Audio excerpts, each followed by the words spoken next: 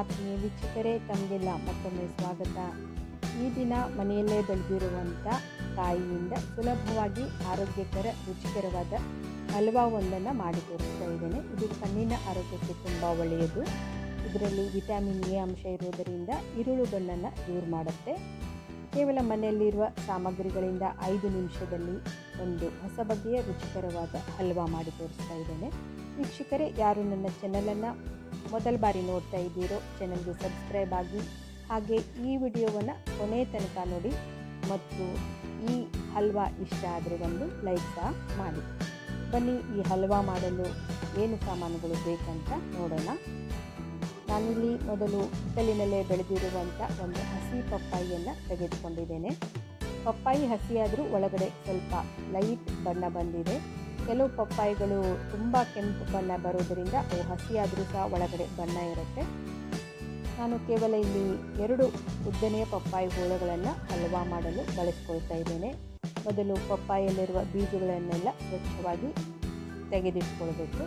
ಹಾಗೆ ಸಿಪ್ಪೆಯನ್ನು ಪೀಲರ್ನ ಸಹಾಯದಿಂದ ಪೀಲ್ ಮಾಡಿಕೊಳ್ಬೇಕು.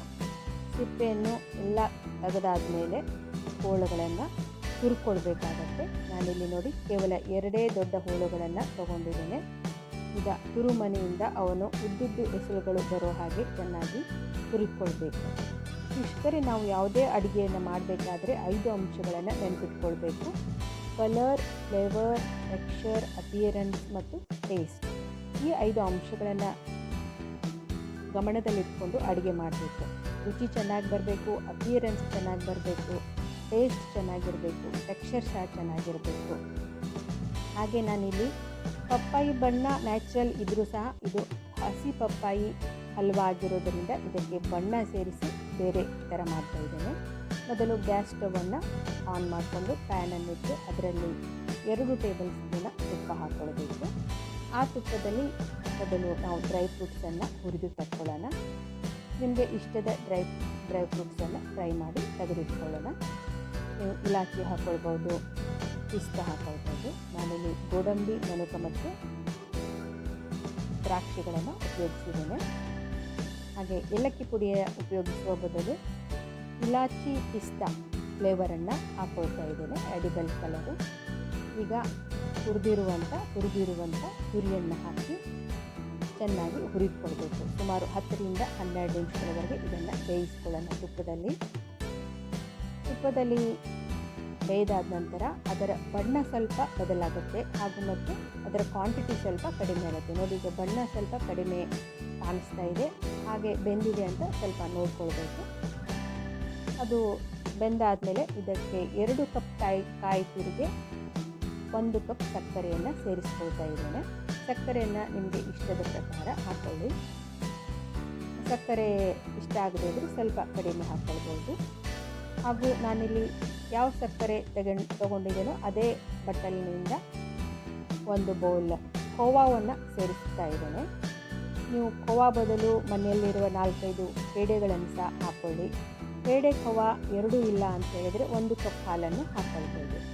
ಈಗ ಬೆಂದಾಗಿದೆ. ನಾನಿಲ್ಲಿ ಕಲರ್ ಹಾಕ್ಕೊಳ್ತಾ ಇದ್ದೇನೆ, ಹಾಗೂ ಇದು ಎಡಿಬಲ್ ಫ್ಲೇವರ್ಸ್ ಹಾಕ್ಕೊಡುತ್ತೆ. ಇಲಾಚಿ ಮತ್ತು ಪಿಸ್ತಾ ರುಚಿ ಇದೆ. ಅದು ಲೈಟ್ ಪಿಸ್ತಾ ಕಲರ್ ಬಂದಿದೆ, ಆದರೆ ಇದು ಫ್ಲ್ಯಾಶ್ ಇಂದ ತುಂಬಾ ಡಾರ್ಕ್ ಕಾಣಿಸ್ತಾ ಇದೆ. ಈಗ ಇದು ಬೆಂದಾಗಿದೆ. ನಾನು ಗ್ಯಾಸ್ ಸ್ಟವನ್ನು ಆಫ್ ಮಾಡಿ ಕೆಳಗಡೆ ಇಳಿಸಿದ್ದೇನೆ, ಹಾಗೂ ಸರ್ವಿಂಗ್ ಬೌಲ್ಗೆ ಹಾಕ್ಕೊಳ್ತಾ ಇದ್ದೇನೆ. ನೋಡಿದ್ರಲ್ಲ ವೀಕ್ಷಕರೇ, ಕೇವಲ 5 ನಿಮಿಷಗಳಲ್ಲಿ ಒಂದು ರುಚಿಕಟ್ಟಾದ ಸುಲಭವಾದ ಹಲ್ವಾವನ್ನು. ಇದು ತುಂಬ ಚೆನ್ನಾಗಿರುತ್ತೆ, ತುಂಬ ರುಚಿಯಾಗಿರುತ್ತೆ. ನೀವು ಒಂದ್ಸಲ ಮಾಡಿ ನಿಮ್ಮ ಅನಿಸಿಕೆಗಳನ್ನು ನನಗೆ ದಯವಿಟ್ಟು ತಿಳಿಸಿ. ಕ್ಯಾರೆಟ್ ಹಲ್ವಾಕ್ಕಿಂತಲೂ ರುಚಿಯಾಗಿ ಬರುತ್ತೆ. ಇದರ ಮೇಲೆ ಈಗ ಡ್ರೈ ಫ್ರೂಟ್ಸ್ಗಳನ್ನು ಹಾಕೊಳ್ಳೋಣ. ಅತಿಥಿಗಳು ಈ ಸರಿ ಮನೆಗೆ ಬಂದಾಗ ದೀಪಾವಳಿಗೆ ನಾವು ಈ ಥರ ಸುಲಭವಾದ ಕ್ಯಾರೆಟ್ ಹಲ್ವಾ ಬದಲು ಪಪ್ಪಾಯಿ ಹಲ್ವಾವನ್ನು ಕೊಡ್ಬೋದು. ವೀಕ್ಷಕರೇ, ಈ ನನ್ನ ಪಪ್ಪಾಯಿ ಹಲ್ವಾ ನಿಮಗೆ ಇಷ್ಟ ಆಗಿದ್ದರೆ ದಯವಿಟ್ಟು ಲೈಕ್ ಮಾಡಿ ಮತ್ತು ನಿಮ್ಮ ಸ್ನೇಹಿತರೊಂದಿಗೆ ಶೇರ್ ಮಾಡಿ. ಹಾಗೆ ಚಾನಲ್ಗೆ ಸಬ್ಸ್ಕ್ರೈಬ್ ಆಗಿ. ಬಣ್ಣ ನೋಡಿ ಎಷ್ಟು ಚೆನ್ನಾಗಿ ಬಂದಿದೆ. ನೀವು ಒಂದ್ಸರಿ ಟ್ರೈ ಮಾಡಿ. ಈ ವಿಡಿಯೋವನ್ನು ನೋಡಿದ್ದಕ್ಕಾಗಿ ಧನ್ಯವಾದ.